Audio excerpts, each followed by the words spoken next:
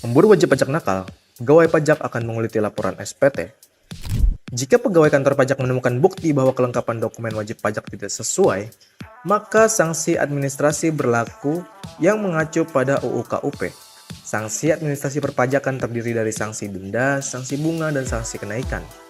Sanksi pajak berupa denda ditujukan kepada pelanggaran yang berhubungan dengan kewajiban pelaporan.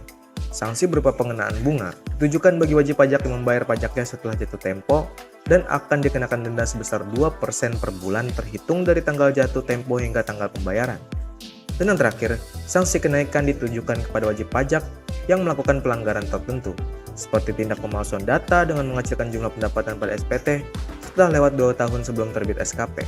Sedangkan, sanksi pidana diatur dalam pasal 39 ayat 1 huruf I Undang-Undang Nomor 28 Tahun 2007 tentang Ketentuan Umum dan Tata Cara Perpajakan yang menyebutkan bahwa setiap orang yang dengan sengaja tidak menyetorkan pajak yang telah dipotong atau dipungut sehingga dapat menimbulkan kerugian pada pendapatan negara dipidana dengan pidana penjara paling singkat 6 bulan dan paling lama 6 tahun dan denda paling sedikit 2 kali jumlah pajak terutang yang tidak atau kurang dibayar dan paling banyak 4 kali jumlah pajak terutang yang tidak atau kurang dibayar.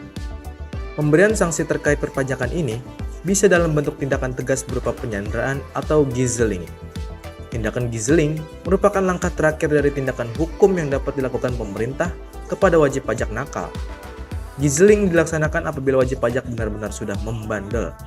Tindakan gizeling bukan satu-satunya cara untuk membuat wajib pajak jera dan merupakan langkah antisipasi terakhir yang merupakan upaya mencari efek jera agar para penunggak pajak takut dan segera melunasi kewajiban pajaknya.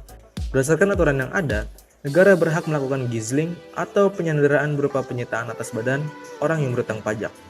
Selain itu, bisa juga melakukan suatu penyitaan, tapi bukan langsung atas kekayaan, melainkan secara tidak langsung, yaitu diri orang yang berutang pajak.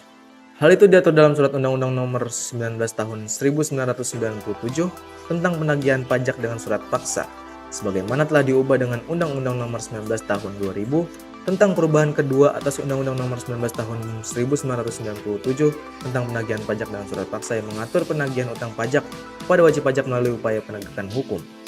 Tujuannya dilakukan gizeling adalah mendorong kesadaran, pemahaman, dan penghayatan masyarakat bahwa pajak adalah sumber utama pembiayaan negara dan pembangunan nasional serta merupakan salah satu kewajiban kenegaraan.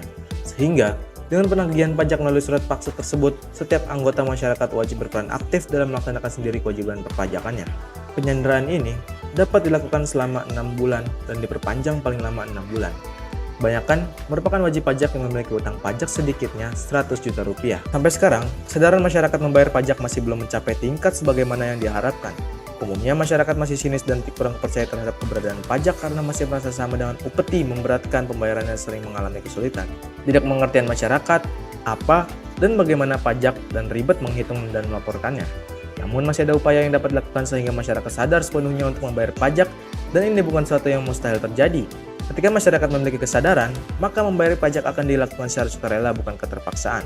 Pajak, disukai atau tidak, merupakan elemen penting untuk jalannya suatu negara dan pemerintahan. Terlepas dari berbagai pendapat yang menolak pajak, kewajiban warga negara adalah membayar pajak. Bila tidak membayarnya atau bahkan berusaha menghindari pajak dengan cara yang tidak benar, maka terkena sanksi dan hukuman baik denda maupun pidana. Peran serta dari masyarakat dalam membayar pajak, mengawasi proses penerimaan pajak dan pengalokasian anggaran yang sebagian besar diterima dari pajak sangat diperlukan untuk mewujudkan pemerintahan yang efektif dan transparan. Sadar pajak tidak hanya diartikan taat membayar pajak, namun diharapkan bisa paham dan mengerti terkait pajak, sehingga dapat memberikan kontribusi baik kritik, saran, ataupun masukan untuk perbaikan penerimaan dan pengelolaan pajak demi kemajuan negara ini.